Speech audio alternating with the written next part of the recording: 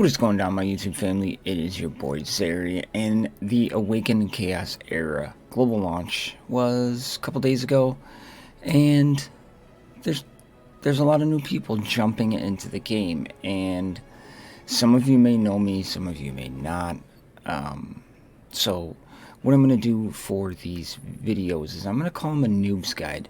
If anybody followed me in Dragon Champions, you know I always did a noob's guide to whatever champion came out. So I thought it'd be fitting to kind of carry that forward to where we are, delivering a noob's guide, but there's just so much to do in this game that I really feel you got to break it down. And I want to do something a little different than just, this is what you should do, this is the character you should take.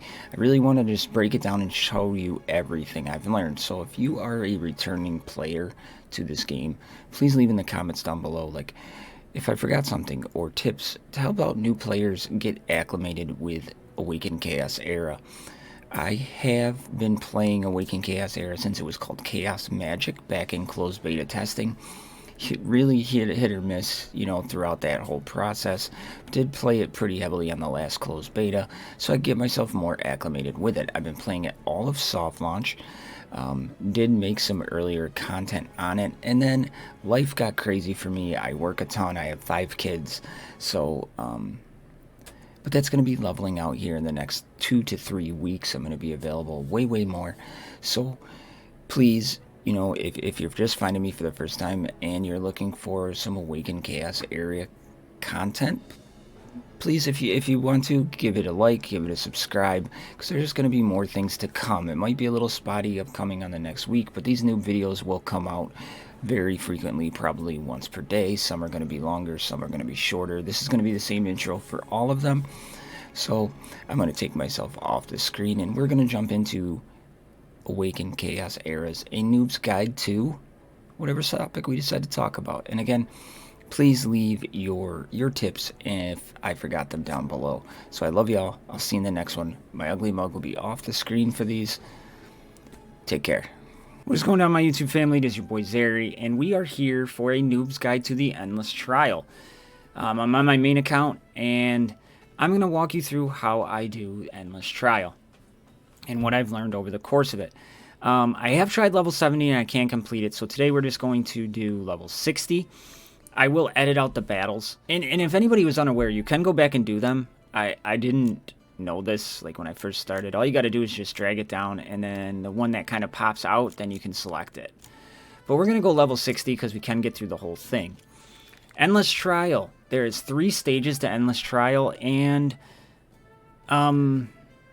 it does take about a half an hour to complete, so we're going to try to edit this down to be as quickly as we can get through it.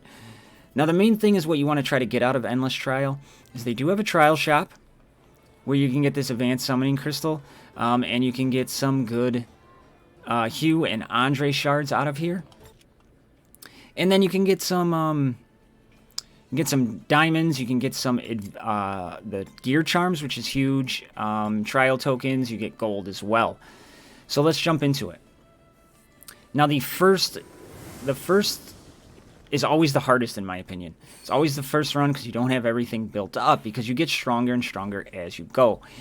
So here on the first floor, you have to keep in mind, heroes gain 1 snowflake per battle. Heroes that gain 5 snowflakes will suffer biting cold, inflicting damage equal to 15% of max health per turn, and reducing the effectiveness of healing on the affected units by 10% during the battle. So you really don't want to use them more than 5 battles. Now, early stages, like, until you get to, like, level 50, 40, 50, doesn't matter. It really starts taking a toll the higher levels you get, so I try to go through as much as I can. I don't want to get guys above 5, essentially. So here, artifacts. You are given artifacts. You get artifacts that are sometimes out like this. You can get them out of chests that'll show up in here. You can get them after battles, and this is what makes you popular, or stronger. 15% crit rate and plus 15% or 20% crit damage. Grants a shield with strength equal to 20% of this character's max health at the beginning of a battle for 2 rounds. When taking damage, there is a 40% chance to counterattack. I like the Gia's Heart for a little bit more survivability in the beginning, so we're going to pick that up. Now, you could go in and fight. I'm going to recruit to give myself a little backup here. I already have a Zatlux completely pimped. Let's take a Fire Champion and brand. Now I'm going to take a random event. We can get 90 black market vouchers, or we can get a legendary artifact. Now, the black market, you can get a lot of good things out of the black market. You can get charms out of the black market. You can get heals, revives, or cleanses. And then it'll show you your artifact backpack. So this is another way to get you through faster. But I'm going to take that legendary artifact. I think that is really, really solid. Minus 50% defense to all enemies for 2 turns at the start of a battle. That's going to really, really get us through quickly. Now, when it comes to deciding your battles, what do you want to pick? Here we get gold and we get black market vouchers. And then the other one, we have to fight a boss, but we also can get a gear charm. So we aren't that strong right now on level 60. A lot of fire and wood in here. And we have water, a little bit of everything. We're going to go through and fight this one. Now we are going to put in my main man Blackhorn. We're going to put in Corrupted Orak. We are going to put in Sir Nicholas and Zatlux. Now what I put in here is my defensive down spell. And I put in Smoldering Flames. Now there's a couple things you need to know. I'm going to show you the first battle. Then we'll edit out all the battles going forward to make it a little bit easier on us. A couple things you need to understand when you're fighting in here. I let it go on auto. Now, if you're going to die, or you lost a couple characters because you were trying something out, if you retreat, you do not lose any of your characters. It's just like a reset button, okay? So if you think you're going to lose, or you lost a champion, something like that, just retreat before the battle is over with, and it's like it never happened. Also, your guide in here, just so you can see your elemental advantages are in there as well. And we are just going to auto this. So there's one battle. We have one battle in already, so we got to keep that in mind. And I will show you the next time we do battle. There is an easy way to track that. But gear charms are pretty valuable in this game. So if you can fight one that gives you the gear charms, you want to do that. So now we get another artifact.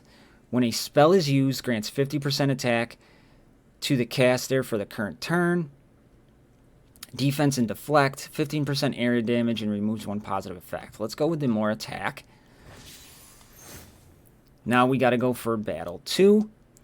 In here we have some more gear charms with a boss. Now, one thing I do want to show you is if you look down on the bottom here, they do have this little 1 next to them. So you can keep track of how this will go up. After this battle, it'll go up to a 2. So you can keep track of what you have. So after this battle, we'll be right back to select the artifact. Alright, so we picked up the victory. We got another gear charm and some tokens and some black market vouchers. When taking damage, there's a 40% chance to counterattack. Upon receiving damage over 50%, this here isn't going to happen really. And then plus 5 attack per positive status effect on an ally. We're going to go for the counterattack. I think that one would be fun. Now, here we have a random event. Epic artifact or 60 black market vouchers. Or over here, we have a purse. Now, the one thing to keep in mind on this as well, when you see something, when you have a random event, some of them, they don't always help you. Until you select one of these, you can back out and choose the other one, right? So we're going to take the epic artifact, and hopefully it's something good. One we already got, so that sucks. So, what I also like to do is I also like to look ahead. We have this statue here revives a champion, but we have another battle. So if we pick this guy here, we're going to have to fight no matter what, and we don't really want to fight again to try to keep that cooldown. We are up to 2, and I will be back after this. Alright, so we have an artifact. Restores 5% health at the start of a turn, plus 10% attack or crit damage. We're going to go with the health. Even though we do have Blackhorn to heal, that's just a nice little touch for survivability. So I always try to build up like survivability on the first stage. We're going to take this, even though we don't have a slain hero. And now we go into here. We're going to get some gold out of this one. So I'll be back. Alright, next artifact, Lifesteal. defense, and each attack has a 20% chance of granting this character a bonus joint attack from a random ally. Lifesteal in Endless Tower or Trial is unreal. Every time Lifesteal comes up, I swear just take it. Now we're going to go for a random event. We have nothing happens, or we have a 50% attack but minus 50% defense for 3 battles. That'll screw you. That'll screw you right over. So we're just going to go... We could fight here because, well, we're going to have to fight there. That would give us 5. Then we'd have to worry about in here. So we're going to take the random event and take nothing to try to save us that fight. Because this little thing right here, the skull and stones, that clears that effect that you have, that icy veins or whatever it is, the area effect. Right? We're already at 4. So this is going to be... It's going to be tough, right? Breath of Revivals are how you revive a character. They do carry over, so you can save them if you need them. But we are going to take... Ooh, we got some dark heroes in here. That's alright, we got some light and dark heroes in here. So we should be alright. Be right back. Okay, we got through that one, no problem. I don't like this one because it's never going to happen. When attacking a single target, there's a 20% chance to attack again. Let's go with that one. We are going to take this purse to save, and 18 diamonds. Okay, so now we're going to have to fight again, but we are at 5, so hopefully we can get through this without too much casualty, and then that'll put us in line for this bonfire thingy to clear all of our effects. Because as you can see here, now we are at 5. Okay, we got through that one, no problem, all because of my main man, Blackhorn. Non-damaging abilities have a 50% chance to reduce all of this character's abilities cooldowns by 1 turn. When an enemy is killed, allies get 30% attack and 10% speed. I'm going to take this because I do have Blackhorn. That'll help him keep the heals up. So we're going to take the Traveler's Kettle. Now we get to the bonfire. And as you can see here, all team members recover 25% health. Area effects are removed. So that sets us up really, really good for the boss. And we do have Tia in here, and Tia is always a pain in the ass. Be right back. Alright, we are through that. We picked up a 5-star Faith Set Scepter. Crit rate, some speed, some health. Pretty good. Pretty good one.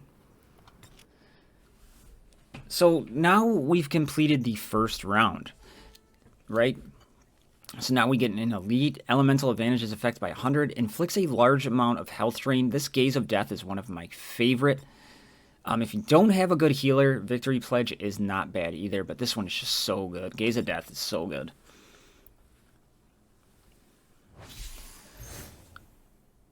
And then we'll get our chest, picking up 50 diamonds, 18k gold. Let's go to floor 2. Floor 2 is the wood. So it's pretty much the same thing. After 5 battles here, we get thorns. We become rooted, reducing speed and resistance by 30% in all battles. Not as bad as the other one. Get our bonfire, heal ourselves up, get rid of those effects. We're going to go in and get some recruiting. Ooh, we are going to take Lightwing Zachary. I like him. Then we are going to random event. We get 1 random rare artifact and get 30% dodge or 30% speed. I like the dodge.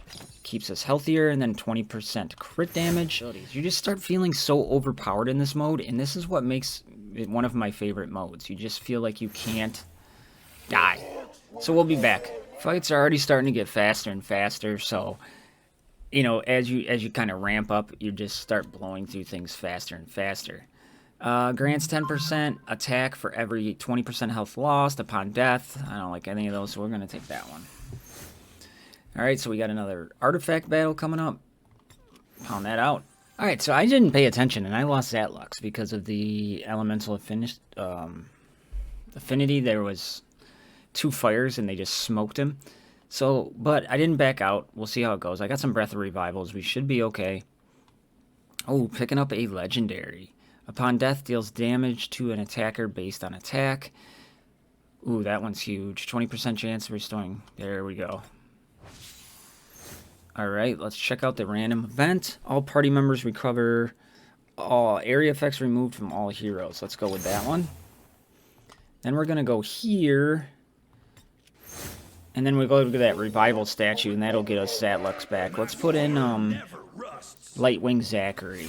And I'll be back. Alright, so each action on the battlefield increases attack by 5%, 10% chance to grant a bonus attack, and after obtaining any victory, grants defense. We're going to go for the attack one here. Just getting stronger. Let's revive a slain hero. And get into the next fight. 15% attack, 20% speed. Yeah, let's go for that one, sure. Random event. Rare artifact or 30 black market vouchers. Let's go for the rare artifact. We already had that one. Let's go for the fight here. Cruising through. Heals whatever ally has the least health. Grants 10% attack for every 20 loss. Spellcast, restore health. Sure. Let's go for that one.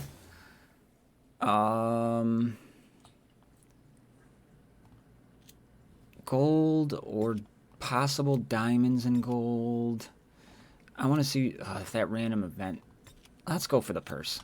Diamonds, 18 diamonds. All right, I like that. All right, so this is all fires. So let's get Zatlux out of there. And let's put in Lightwing Zachary.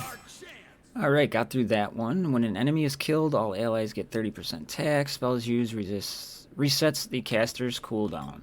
Perfect. Let's take our bonfire. Jump into the last battle. Alright, so we knocked out the next one. Ooh, legendary 5-star dragon scale. Defense, crit rate, speed, and precision. Not too bad. Not too bad at all. Alright, increases all speed by 50%. Grant its bonus a turn upon a feat of an enemy. Love the old flag. It is great. Pick that up, and we will move on to round 3. And I'm going to leave you at floor 3. I don't think you need to continue to see floor 3. You've already seen how I play and how I think, right? So continuing to show you is pretty much the same thing.